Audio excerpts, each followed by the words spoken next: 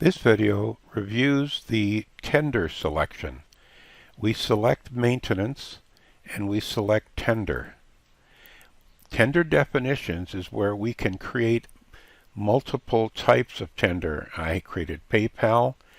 Positive will give you these cash, finance charge, and store accounts as defaults, but you can create your own.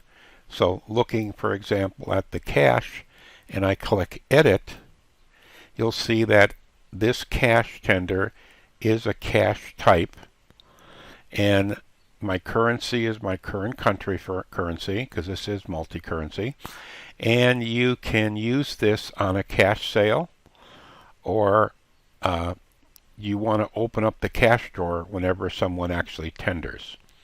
So that's the list of different type of tenders you can have. The next thing in tender is AP Remit. This is a feature that allows us to create a distribution of how our payment is going to be made out of accounts payable. In this one here, I say we're going to use Huntington checkbook. It's going to be a check. It's coming from the Huntington checkbook. This is the cash account in my general ledger. I tell it not to email payment information and do not send to the print queue. If I click that, a check will not go to the check printing queue.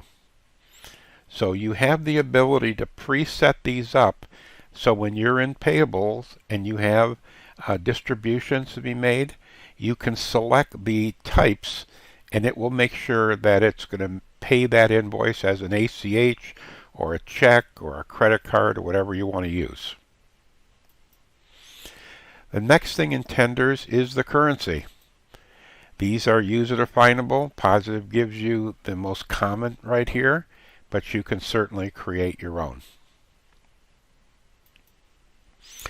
And last on tender is exchange rates. If you're working with Canadian currency or Mexican currency, you can show what the exchange rate is, and then when you do your transaction, it will change it over to the transactions for that company when you're cutting checks.